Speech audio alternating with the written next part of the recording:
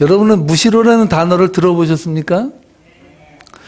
여러분, 이 무시로라는 단어를 들으면 어떤 생각이 떠오릅니까? 만약에 무시로라는 이 단어를 듣고 나훈아가 생각이 난다면 기성세대입니다. 나훈아가 1989년도에 무시로라는 노래로 아주 많은 인기를 누렸던 거 여러분 기억하시죠? 뭐 이미 떠나간 이런 뭐 노래로 시작하는데 그 가사는 그저 그렇습니다. 하여튼 무시로라는 노래를 들었고, 또 무시로라는 그 단어를 처음 듣는다라고 생각하는 사람이 있다면 그 사람은 신세대입니다. 신세대는 이 무시로라는 단어를 잘 안 쓰기 때문에 못 알아들어요. 근데 이 무시로라는 단어를 듣고 아무 생각이 나지 않는다, 그런 사람들이 있다면 그 사람들은 아무 생각 없이 사는 사람입니다. 그냥 아무 생각이 없는 거예요. 오늘 설교의 제목을 무시로라고 정해 보았는데요. 이 무시로라는 단어의 이 사전적 정의가 오늘 이 본문과 일맥상통하는 점이 있더라고요. 그래서 제가 무시로라고 정했는데, 무시로라는 단어의 사전적 그 정의는요, 정한 때가 없이 아무 때나라는 뜻이에요. 정한 때가 없이 아무 때나 라는 뜻이 무시로라는 단어의 뜻입니다. 이 단어가요, 바울이 말한 항상 기뻐하라, 쉬지 말고 기도하라, 범사에 감사하라. 이 항상과 쉬지 말고 범사라는 이 단어 세 개를 딱 뭉쳐놓으면 무시로 하라는 거예요. 무시로 기뻐하고, 무시로 기도하고, 무시로 감사하라. 이렇게 정의할 수 있다는 것이죠. 거기다가요, 바울은요, 아주 강렬한 명령조로 오늘 이 본문 말씀을 풀어나가고 있는데요. 그래서 이 본문이 짧음에도 불구하고 아주 강렬한 임팩트를 주기 위해서요, 이 성경 본문 중에서 이렇게 짧은 절이 거의 없습니다. 근데 신기하게도 이 바울이 말한 오늘 본문 말씀에 보면요, 세 절이 아주 짧게 구성되어 있는 것을 볼 수 있어요. 우리 다 함께 다시 한번 16절로 18절 말씀을 읽어볼까요? 딱 두 단어로 되어 있죠. 다 함께 읽겠습니다. 항상 기뻐하라, 쉬지 말고 기도하라, 범사에 감사하라. 이것이 그리스도 예수 안에서 너희를 향하신 하나님의 뜻이니라. 아멘. 여러분, 여기서 하나님의 뜻이라는 단어는 무슨 뉘앙스가 있습니까? 이것이 하나님의 뜻이야, 이렇게 말하면 어떤 뉘앙스가 있습니까? 이것은 하나님께서 우리 하나님의 백성들에게 주신 뭐예요? 명령이라는 거예요. 기뻐하고 기도하고 감사하는 것은요, 해도 되고 안 해도 되고, 뭐 기분 좋으면 하고 아니면 말고, 예? 또한 상황이 되면 하고 아니면 말고라는 것이 아니라 어느 순간 어느 상황에 처하든지 우리가 꼭 해야 되는 의무라고 말하고 있습니다. 요즘에 시대가 바뀌어서요, 그 성부 액자를 많이 선물로 안 주잖아요. 근데 예전에는요, 그 집이 이사를 가거나 또한 새로 교회에 등록하거나 하면 그 가정을 방문해서 신방할 때는 꼭 뭘 가져갔습니까? 목사님들이나 교구 구역장이 항상 성부 액자를 사가지고 그 가정에 선물합니다. 저희 집에도 5개가 있더라고요.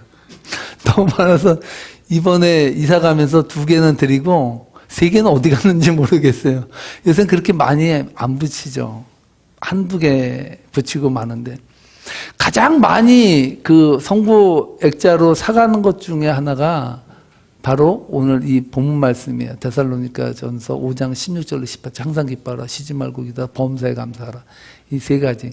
그리고 또 한 가지가 있죠. 욥기서 네 시작은 미약하였으나 네 나중은 창달이야. 이거는 이제 계엄 예배할 때 주로 많이 들고 갔다는 성구인데요. 여러분, 이렇게 많은 사람들이 성구 액자로 해서 이걸 가져가는 이유가 뭐가 있겠습니까? 이 성구 말씀이 너무나 좋은 거예요. 그래서 성도도 좋아하고 주는 사람도 기쁘고, 그래서 이 성구 액자를 많이 줬는데, 한 가지 문제는요, 여러분, 저 말씀을 실천하는 게 어떻습니까? 쉽습니까? 어렵습니까? 항상 기뻐하라. 항상 기뻐하면 좀 미친 사람 아니에요? 여러분, 늘 이렇게 시시 웃고 다니면, 상당히 긍정적인 사람이라 생각하지 않고, 저 사람 어디가 좀 배웠는데? 이런 생각이 들 수도 있고요. 항상 기도하는 건 참 좋죠. 범사에 감사하라. 참 이게 쉬운 일입니까? 범사에 감사할 수 있다는 거. 범사에 감사한다는 것은 무슨 의미가 있습니까? 내가 기쁠 때나 슬플 때나 어려운 일을 만날 때나 어떠한 일에 처하든지 나는 하나님께 감사를 드린다는 표현이거든요. 이러한 것은요, 쉽지 않은 말씀이에요. 그럼에도 불구하고 바울은 우리들에게 명령으로 이 말씀을 주고 있다는 것이죠. 어제 새벽에요, 시카고 나눔교회 김영문 목사님께 카톡이 왔습니다. 김영문 목사님은 저희 나눔교회는 저희와 형제교회죠. 김영문 목사님과 저는 친하다는 것은 시카고의 목회자들도 다 알아요. 그 정도로 친해서 우리가 같이 연합으로 저희 교회 와서도 연합으로 예배드리고 그러지 않았습니까? 이분이 12시 20분에 카톡이 왔어요. 근데 카톡의 내용이 뭐냐면요, 집에 지금 하도로 탱크가 안방에 있는데 물이 줄줄 새고 있다는 거예요. 근데 이걸 어떻게 잠그는지 모르겠다고. 그리고 가스 밸브도 잠가야 되냐고 이렇게 연락이 온 거예요. 근데 제가 그 메시지를 열어본 게 새벽 기도 오기 전에 잠깐 그걸 열어봤는데 그 시간이 5시간 동안 흐른 거잖아요. 새벽에 와서 예배를 드리는데 걱정이 되는 거예요. 아니 대체 그 물은 막은 건가 안 막은 건가, 완전히 흘러 넘치면 이게 큰일 나는데 많이 걱정이 돼가지고 예배가 다 끝나고 나서 제가 목사님께 전화를 했습니다. 아니 어떻게 됐냐고, 물은 막았냐고. 그랬더니 물은 간신히 찾아가지고 막고, 목사님 중에 이 플럼빙을 잘하는 분이 계셔가지고 그분을 지금 기다리고 있다고. 그래서 좀 지금 기다리는데, 자기가 이번에 그 자기 교회 청년 하나가 선교사의 따님인데, 이분이 시리아 난민들 있지 않습니까? 그 난민들을 도와주러 2주간 방학 때 그 난민촌에 간다는 거예요. 그래서 자기가 그랬다는 거예요. 그 어려운 그 나라를 위해서, 그런 사람을 위해서 도와준 건 너무나도 좋다. 내가 기도해주고 함께 할게라고 약속을 했는데 졸지에 자기가 난민이 됐다는 거예요. 씻지도 못하고 물은 다 막아놓고 화장실도 못 가고. 그래서 돌아가면서 맥도날드 가가지고 씻고, 여러분 거기서 소변도 보고 볼일도 보고 그렇게 왔다고 말을 하면서, 이분이 뭐라 그러냐면요, 이렇게 말해요. 내가 이번에 감사절에 감사할 게 없었는데 하나님께서 귀한 예와 주셨다고, 너무나 감사하다고. 감사해야 되는 건지 이거 황당해야 하는 건지 생각해 보세요. 새벽 12시 반에 일어나가지고 여러분 물이 줄줄 새가지고 그걸 어떻게 처리해야 되고, 아마도 새벽 한 2시쯤에 잤을 거라고요. 어려운 일이 계속해서 반복되어 온 거잖아요. 이분은 또 참 어렵게 컨테이너에서 살거든요. 컨테이너 집 아시죠? 차집, 차로 만든 집.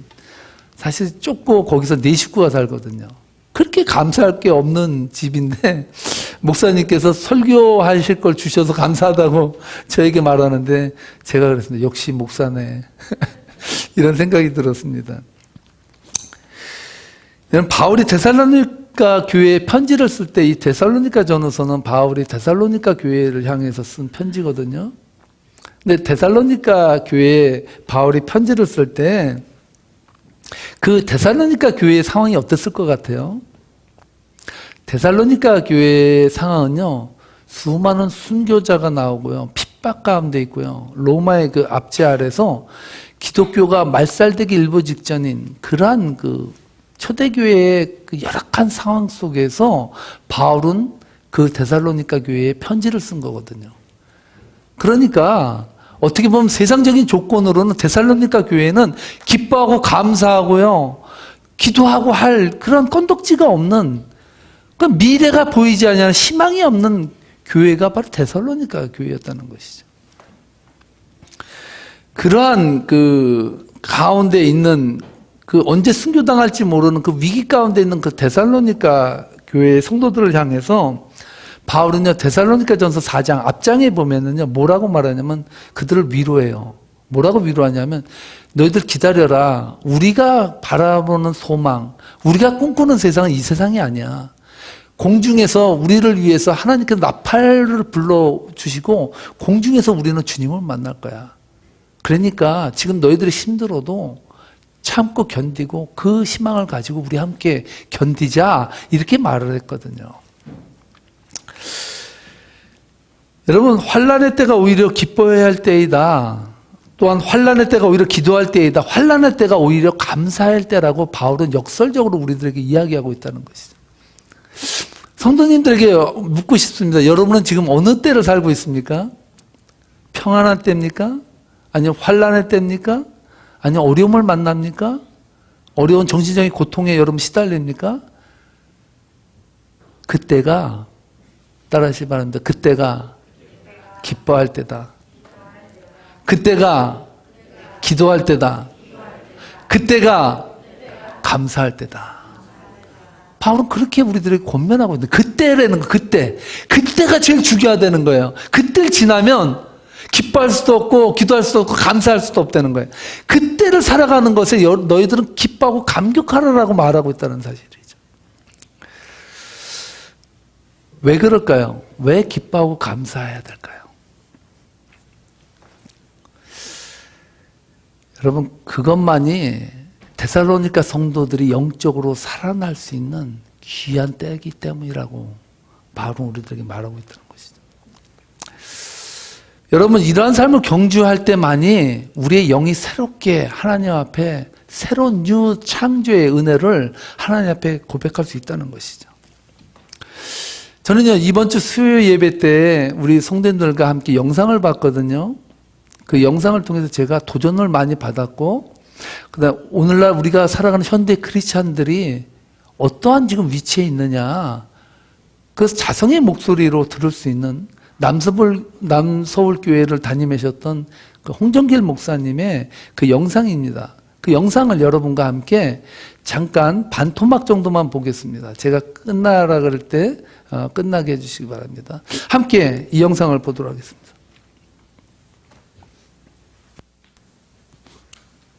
주의라는 말은 성립이 안 되는 단어예요. 개혁은 실제지 무슨 주의가 돼, 개혁이. 개혁이라는 단어가 일종의 무브먼트여야 된다고.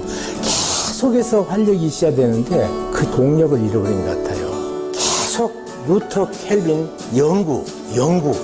말씀 연구가 실제라고 착각한 거야. 아니라고. 좋은 생각한다고 좋은 사람 아니야.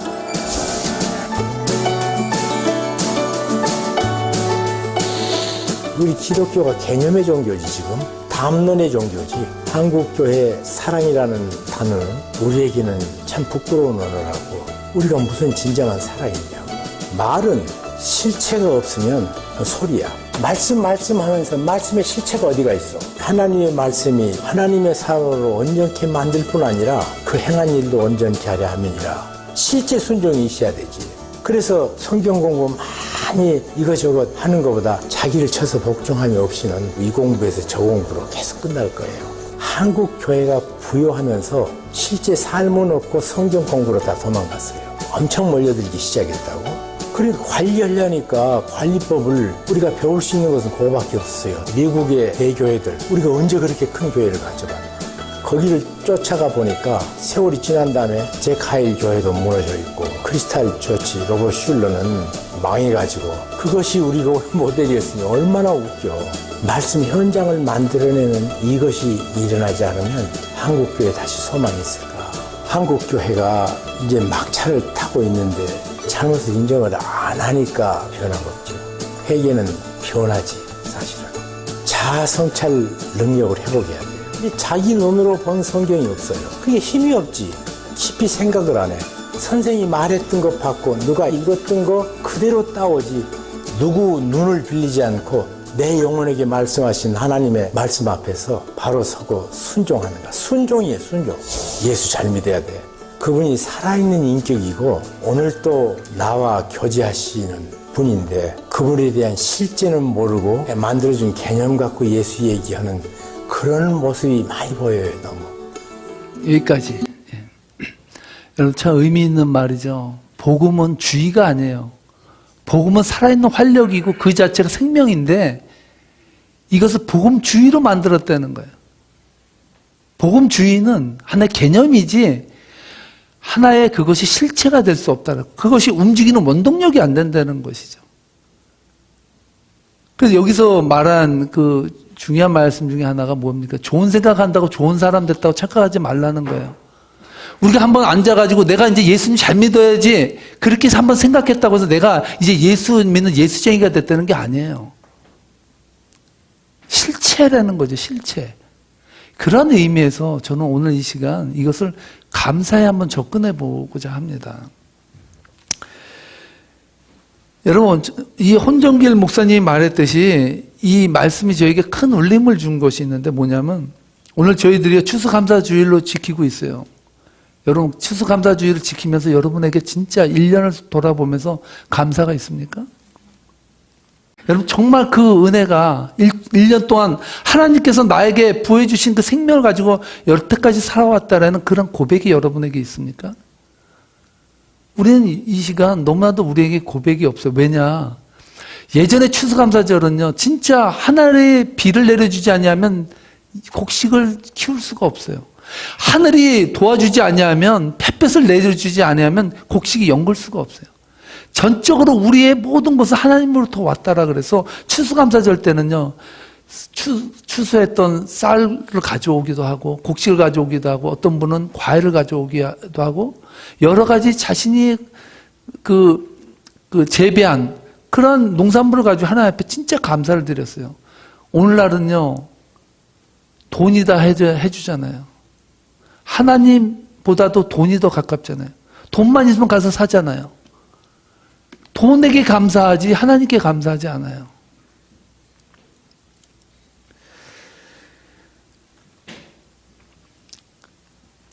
오늘날 현대 그리스도인들의 문제가 무엇일까? 저는 그것을 진단하면서 오늘 홍정길 목사님의 이 말씀을 통해서 제가 한 가지를 깨달은 게 있어요. 뭐냐면 감사는 동사입니다. 할렐루야. 감사는 감사하는 거예요. 나의 전 인격을 담아서 하나님 앞에 나아가는 그런 행위라고요. 그런데 오늘날 우리 현대 그리스도인들이 하나님께 드려질 감사를 명사로 바꿔버렸어요. 그냥 감사예요. 개념이에요. 내 머릿속에 그냥 감사예요. 실체가 없어져 버렸어요. 감사의 대상이 없어져 버렸습니다. 이것이 바로 감사의 힘을 잃는 오늘날 우리들이 처한 상황이라는 거예요. 여러분, 인생을 살면서 우리가 정신적인 그런 고통을 얼마나 많이 겪습니까? 우울증은 몇십 프로가 증가했어요. 앞으로요, 이 약은요, 앞으로 이 정신적인 이 치유를 위해서 많이 쓰여질 거예요. 근데 가장 중요한 것이 뭔지 아십니까? 감사가 실천화될 때, 감사가 진짜 나의 삶 속에서 터치되면 이웃으로 향할 때, 거기에서 능력이 나타난다는 거예요. 사도 바울은요, 그 어려운 고통 가운데 있는 그 데살로니가 성도를 향해서 어떻게 보면 죽이는 말을 하는 거예요. 어떻게 그들이 기뻐할 수 있어요? 어떻게 그들이 기도할 수 있어요? 절박한 상황에서 이제 죽지 못해 사는 그 그런 상황 속에서 어떻게 기도할 수 있냐고요. 어떻게 그 핍박 가운데 감사할 수 있냐고요. 그럼에도 불구하고 바울은 강력하게 명령적으로 이건 명령이야. 기뻐해. 감사해. 그리고 기도해. 이렇게 명령적으로 선포할 수 있었다는 거예요. 그 힘은 어디에 있냐?